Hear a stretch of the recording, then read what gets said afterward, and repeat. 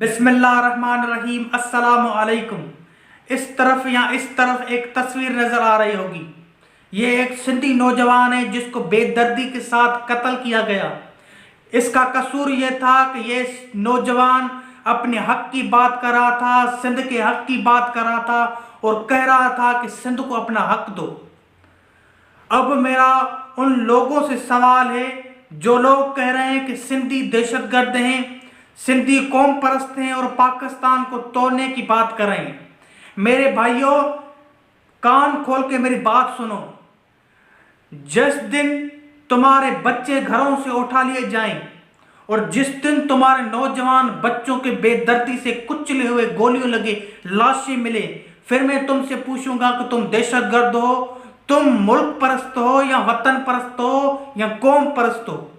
یاد رکھنا، حق مانگنا کوئی گناہ کی بات نہیں ہے۔